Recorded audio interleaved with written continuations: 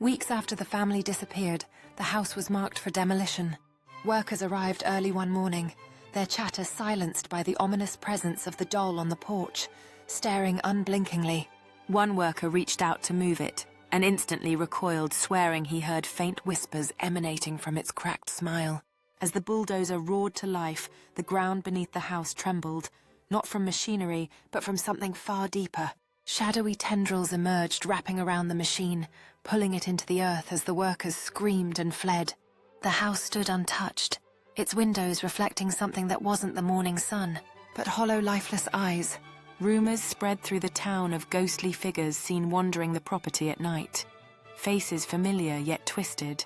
Some say the family is still trapped inside their souls, bound to the house playing the doll's eternal game.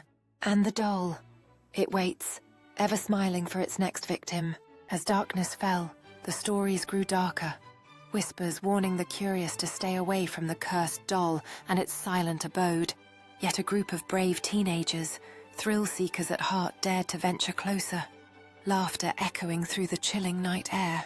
They stood at the threshold, hearts pounding, ready to confront whatever lay behind that creaky old door. With a collective breath, they stepped into the abyss, their flashlights flickering against the suffocating darkness that awaited them. As they ventured further, strange symbols glowed eerily on the walls, but it was the doll that captured their attention, its gaze ever watchful.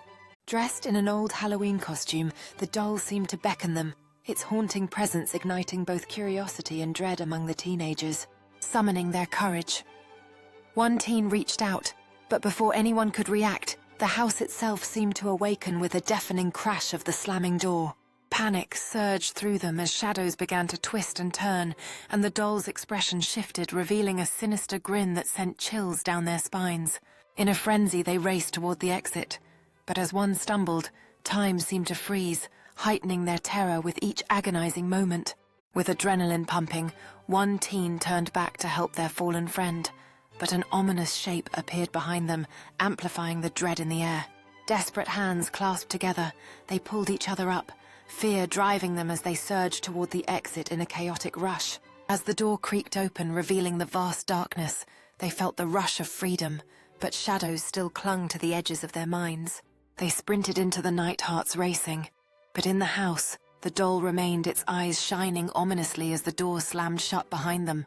In the quiet of the open field, they huddled together, breathless and shaken, casting nervous glances back at the house where something sinister lingered.